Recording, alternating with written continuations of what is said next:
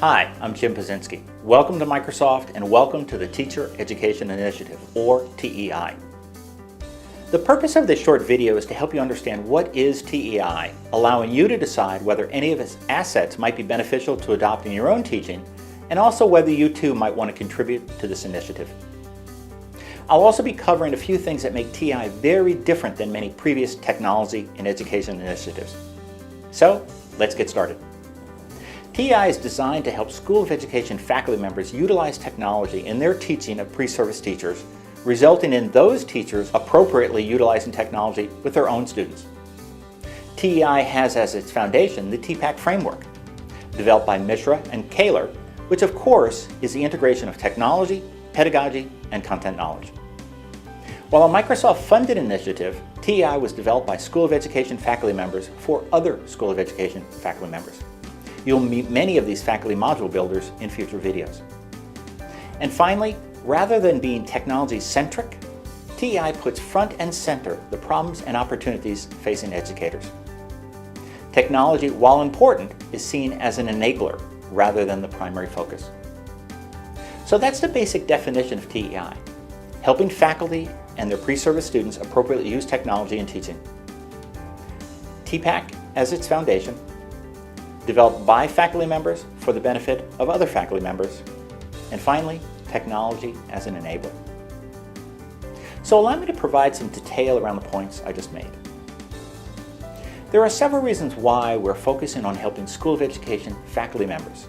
First, Microsoft has a long association with K-12 education. For over a decade now, we have had a worldwide program called Partners in Learning, or PIL for short, that has helped almost 10 million teachers in over 100 countries better utilize technology in teaching and learning. While PIL was heretofore a Microsoft K-12 initiative, when adding higher education, it seemed to us a logical extension to focus on School of Education faculty members first. Second, and perhaps more important, was that the academic research that your faculty colleagues pointed us to indicated that how a person learns a particular set of knowledge and skills and the situation in which a person learns becomes a fundamental part of what is learned. Compounding this, pre-service teachers have not traditionally experienced learning their subjects with new and emerging technologies. They have not learned how to learn their content with these technologies as tools for learning. And finally, there is becoming an expectation that upon graduation from our teacher education programs, they, the teachers, will be able to design creative and effective learning activities that take full advantage of today's educational technology. Now, there's a plethora of more research to share, but suffice it to say that there are lots of indications that bringing in more of the right technology used in the right way could be beneficial in our classrooms. One of the points in the TPAC handbook I found most salient to this initiative is that we cannot possibly provide teachers with all the potential TPAC that they might use within their classrooms.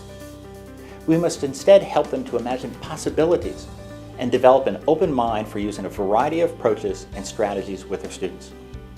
There is so much technology available today, and even more will be available tomorrow, it's hard to know where to begin and what to include. Further, there are all the different content areas to consider. A technology workshop could last a day, a week, a month, and still everything might not be covered.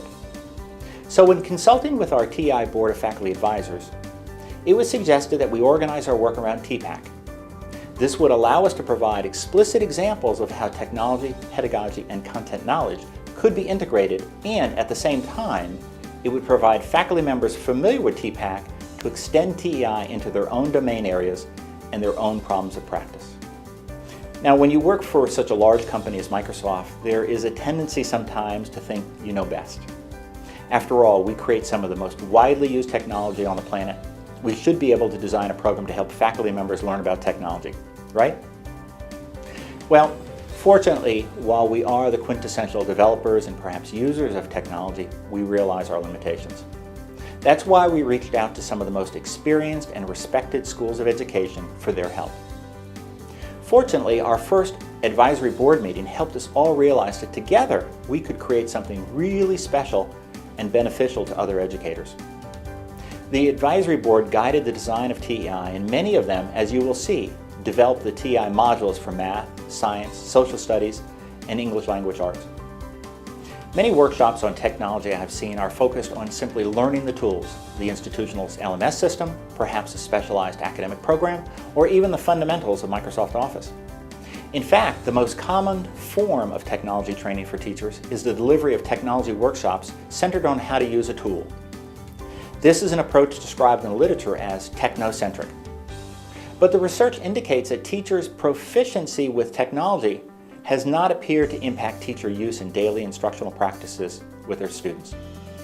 So that is why we approach the initiative through TPAC and use technology as an enabler. Even though there is clearly lots of demonstrations of technology, and to be fair, much of it Microsoft technology, the focus still is on how technology can support our educational objectives. So there you have it, an overview of TEI and why we designed it and developed it the way we did. I encourage you to explore the various components of TEI, the written materials, the videos, as well as its other assets. Use them in your own teaching and discuss them with your colleagues. Join the TEI discussion on the various social networking sites, as well as this one. And also, join us on the Partners in Learning Network. I don't contend that we have all this figured out. Rather, we're just doing our best to provide some valuable resources to educators and start a conversation and a community. I hope that you'll find some of the TEI materials beneficial, and I hope that you will become actively involved in TEI.